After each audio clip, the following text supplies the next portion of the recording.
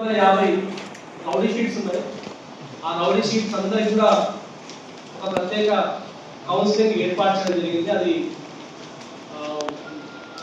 Only police and rowdy sheeters మాత్రమే మాట్లాడుతున్నది, మీడియాకి ఏమీ ఉండదు. బట్ ఈ రౌడీ షీటర్స్ మీద కంటిన్యూస్ గా మనకు 24/7 వాళ్ళ సర్వేలెన్స్ ఉంటుంది. ఎవ్రీ మంత్ వాళ్ళ ప్రజెన్స్ ఇన్ పోలీస్ స్టేషన్ మ్యాండేటరీగా ఉంటుంది. అండ్ ఎవ్రీ నైట్ కూడా ర్యాండమ్ గా కొంతమంది రౌడీ షీట్స్ కూడా వాళ్ళు ఉన్నారా లేదా, వాళ్ళ లైవ్లీహుడ్ ఏంటి, వాళ్ళు ఏం చేస్తున్నారు అనే దాని మీద కూడా కంటిన్యూస్ నిఘా పెడతాము. అండ్ దానికి సంబంధించి మనం ఈరోజు ఒక కౌన్సిలింగ్ సెషన్ ఒకటి ఏర్పాటు చేస్తున్నాము. ఇది లాస్ట్ ఇయర్ కూడా ఏప్రిల్ మంత్ లో ఏర్పాటు చేస్తున్నాం. ఈ సంవత్సరం కూడా అది ఏర్పాటు చేస్తా ఉన్నాము. రౌడీ షీట్స్ ఓపెన్ అయిన తర్వాత కూడా 21 మంది ఇంకొక డిఫరెంట్ క్రైమ్స్ లో కూడా ఇన్వాల్వ్ అయినట్టుగా మనకు తెలుస్తూ ఉంది. వాళ్ళకు స్పెషల్ గా కొంచెం చెప్పవలసిన అవసరం ఉంది కాబట్టి ఈ కౌన్సిలింగ్ కూడా ఏర్పాటు చేస్తా ఉన్నాం.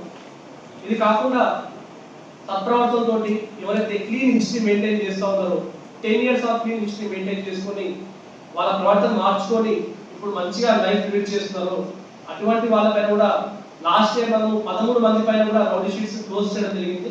అండ్ ఈసారి కూడా ఆ ఎలిజిబుల్ పర్సన్స్ ఎవరైతే ఉన్నారో వాళ్ళ హిస్టరీ చెక్ చేసుకొని వాళ్ళ crime history local special branch opinion తీసుకొని వాళ్ళ మీద కూడా షీట్స్ క్లోజ్ చేస్తాము.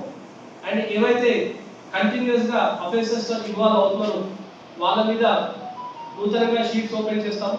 అండ్ రీసెంట్ గా బాన్స్వాడలో జరిగిన కమ్యూనల్ ఇన్సిడెంట్ పైన సుమారు 37 రౌడీ కమ్యూనల్ షీట్స్ కూడా మనం సపరేట్ గా ఓపెన్ చేయడం జరిగింది.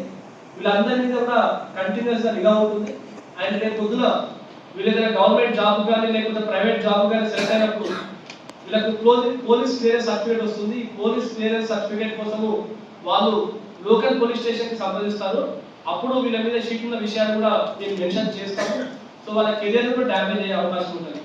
సో వీళ్ళందరూ కూడా ఈ షీట్స్ ఓపెన్ అయితే జరిగే నష్టాలు ఏంటి అండ్ దాని అవుట్కమ్ ఏంటనే విషయాన్ని ఎప్పటికప్పుడు తెలియజేస్తాము. అండ్ ఈ కౌన్సిలింగ్ ఉద్దేశము కేవలం వాళ్ళకి కౌన్సిలింగ్ చేయడమే కాదు, ఒకవేళ మారదాం అనుకున్న వాళ్ళకు కూడా బయట ఎక్కడ ఆపర్చునిటీ దొరకకపోతే కూడా వాళ్ళకు కూడా ఏమన్నా మనం మన సైడ్ నుంచి సహాయం చేయగలుగుతామా, మన సైడ్ నుంచి ఏమైనా ఆపర్చునిటీ క్రియేట్ చేస్తామా, లైక్ లైవ్లీహుడ్ కానీ లేకపోతే ఇంకేదైనా సహాయం చేయగలుగుతామా అనే ఉద్దేశంతో కూడా ఈ కౌన్సిలింగ్ సెషన్ నడుస్తుంది. ఇది సుమారు 2 hours దాకా మన సెషన్ ఉంటుంది.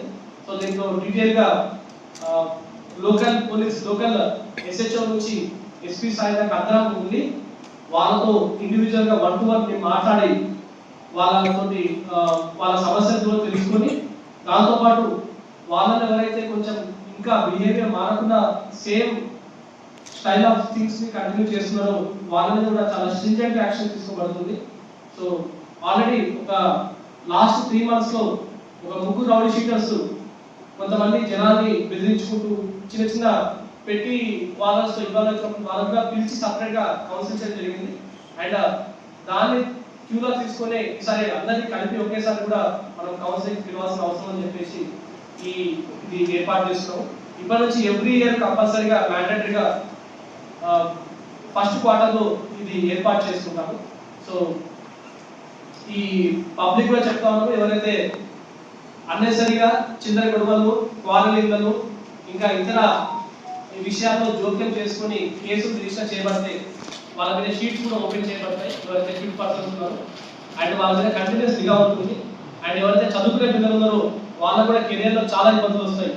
అండ్ ఎవరైతే వాళ్ళ మీద షీట్స్ ఉన్నాయో వాళ్ళ పిల్లలకు కూడా చాలా ఇబ్బంది ఎదురయ్యే అవకాశం ఉంటుంది. కాబట్టి ఎటువంటి అన్నెసరీ గొడవల్లో కానీ ఇష్యూస్లో కానీ ఇన్వాల్వ్ కాకుండా ఒక సక్రమమైన లైఫ్ లీడ్ చేసే విధంగా వాళ్ళు ఉండాలని చెప్పేసి మనస్ఫూర్తిగా కోరుతున్నాను. Thank you.